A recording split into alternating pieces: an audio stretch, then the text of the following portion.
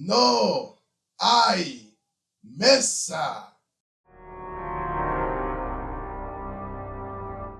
This doesn't have to end in a fight, Tony. You just started a war. E aí pessoal, eu sou o Leon. E eu sou a Amanda. E hoje a gente vai falar sobre Capitão América, Guerra Civil, que se passa aí um ano depois dos eventos dos Vingadores 2, e por causa do desastre em Sokovia, a ONU resolveu fazer um Tratado de Sokovia, que basicamente obriga os heróis a se registrarem e seguir um grupo de regras. Isso aí, como todo mundo sabe, gera uma racha entre os Vingadores, e essa é a premissa da Guerra Civil. Amanda, o que você achou da Guerra Civil? Leon, esse é o terceiro filme que a Marvel une os personagens dela, os super-heróis dela. E assim, apesar de eu não ter gostado muito da Era de Ultron, uma coisa que eu acho forte nesses três filmes é o fato desses personagens realmente formarem um time. Eles realmente parecem interagir de uma forma natural. E isso é muito importante para esse filme, porque eles prepararam um terreno para chegar um momento que esses super-heróis vão divergir, eles vão se dividir, eles vão ter posicionamentos diferentes. Então, assim, eu achei que a gente ter assistido vários filmes do Capitão América, do Homem de Ferro, ter visto eles trabalhando junto, foi importante para a gente observar agora eles fazendo um racha, se dividindo. Eu acho isso importante porque a gente tem muitos heróis nesse filme, e a razão que a gente pode ter muitos heróis nesse filme é porque ele já foi apresentado antes. Se o Homem-Formiga aparece aqui por 5 minutos, por 10 minutos, tanto faz, eu já sei quem é o personagem, eu sei qual é o papel que ele está aqui para desempenhar, então não parece forçado, não parece apressado. Porque assim, quando começou a divulgação do filme do Capitão América, não, vai ser Guerra Civil, vai ter vários heróis de um lado, vários heróis do outro, vai ter ainda o vilão, que depois de sair que ia ser o Barão Zemo. E aí você começa a lembrar de outros filmes. Você lembra daquele terceiro Homem-Aranha do Sam Raimi, que tinha Venom, Homem de Areia, tinha o Harry Osborn como o Duende Verde. Aí tem o espetacular Homem-Aranha 2, que também tem coisa demais. E aí, por aí vai, você fica lembrando desses filmes que eles não conseguiram equilibrar tudo que eles tinham na mão. Aqui eu acho que eles conseguem fazer isso muito bem. Tem muita coisa no filme, mas eu acho que é tudo muito bem colocado. Inclusive, assim, eu fiquei um pouco receosa também com esse monte de personagem que eu pensei. Pantera Negra é um herói que não é muito popular. Aí vão colocar um herói assim, desconhecido, vão fazer a introdução dele num filme que tem vários super-heróis, isso não vai dar certo, mas eu gostei do jeito que ele foi introduzido. Ele casou a construção do personagem, o início do Pantera Negra para nós, né? Casou com a temática que estava sendo discutida no filme. Eles conseguiram encaixar muito bem. Foi muito oportuno a forma que eles colocaram Pantera Negra. E assim, eles tiveram uma pequena exposição. Pantera Negra é isso, isso e aquilo. Pronto, tá ótimo. E o Homem-Aranha também. O Homem-Aranha eles não fizeram muita coisa, assim, não, mas é porque não precisa. A gente conhece o Homem-Aranha, é um personagem muito conhecido e eles meio que estereotiparam ele, que é um personagem engraçado.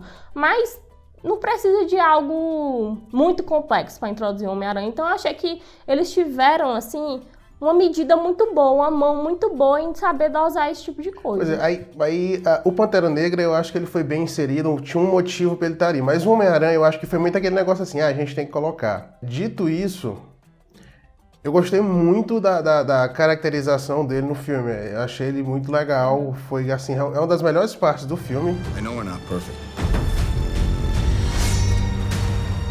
But the safest hands are still our own. Outra coisa, havia uma preocupação, digamos assim, entre aspas, de o filme ser do Capitão América contra o Homem de Ferro, e havia uma preocupação de o Homem-Aranha roubar a cena.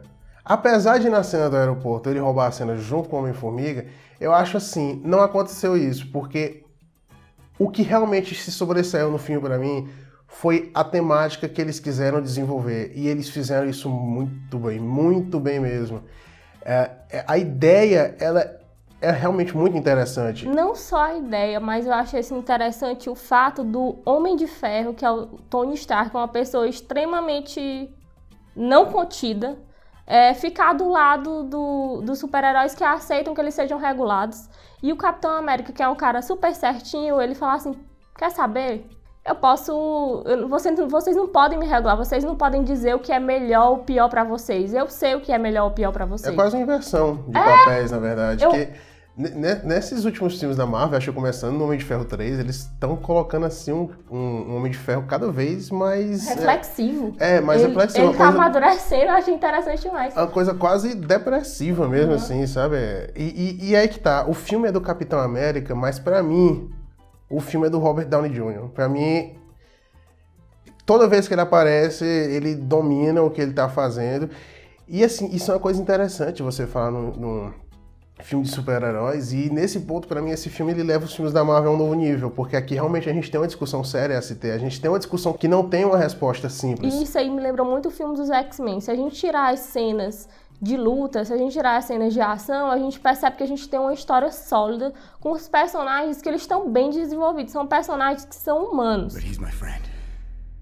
So was I. E outra coisa que eu gostei desse filme é que, apesar da temática dele ser séria, eles conseguiram deixar o filme divertido. O filme tem momentos super leves, as piadas são engraçadas, não são excessivas. E assim, isso pra mim conta. Eu gosto de assistir um filme de super-herói que eu possa rir um pouco. Eu acho que isso aí é um dos maiores méritos do filme, porque é um filme muito engraçado. Se você parar pra pensar, a gente ri bastante no filme. Só que, assim como eles conseguem fazer esse malabarismo com tanta coisa que eles têm, eu acho que eles conseguem fazer muito bem a hora que é engraçada e a hora que o filme é sério. Porque em questão de 10 segundos tu tá rindo, lá no cinema o pessoal rindo, 10 segundos depois tava todo mundo calado, que você não via mais nada.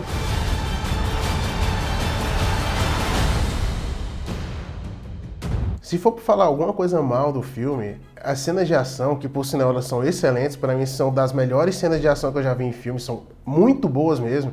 Eu acho que até a metade do filme, não sei porquê, eles tremem a câmera que não dá pra ver nada que tá acontecendo. É verdade. Mas aí depois isso para. Eu fiquei incomodada também um pouquinho, mas parou. O filme, ele é um filme longo, mas não parece que é longo. Eles têm muita coisa pra falar, mas não parece que eles têm muita coisa pra falar. Eu acho que ele é muito bem cadenciado, eles mostram tudo que eles têm que mostrar. Eu não sei como é que poderiam ter feito essa história de forma diferente. Pra mim é um filme muito bom, gostei muito. Eu recomendo Capitão América. Guerra Civil. Guerra Civil. Também gostei desse filme. Eu achei que eles elevaram as figuras do Capitão América e do Tony Stark, do Homem de Ferro, para outro nível. A temática do filme é super interessante. Gostei particularmente da introdução do Pantera Negra. E assim, é um filme que eu ri. É um filme divertido, então eu com certeza recomendo esse filme. E você? O que você acha? Oi pessoal, eu tenho um recado para vocês. Por motivos profissionais eu vou ter que sair do país, então eu ficarei ausente no canal por algum tempo. Mas assim que eu me estabelecer por lá, eu estou de volta. Mesmo quando ela se estabelecer por lá, o formato do canal vai ter que mudar por esse tempo, porque obviamente a gente não vai estar no mesmo lugar para comentar os filmes.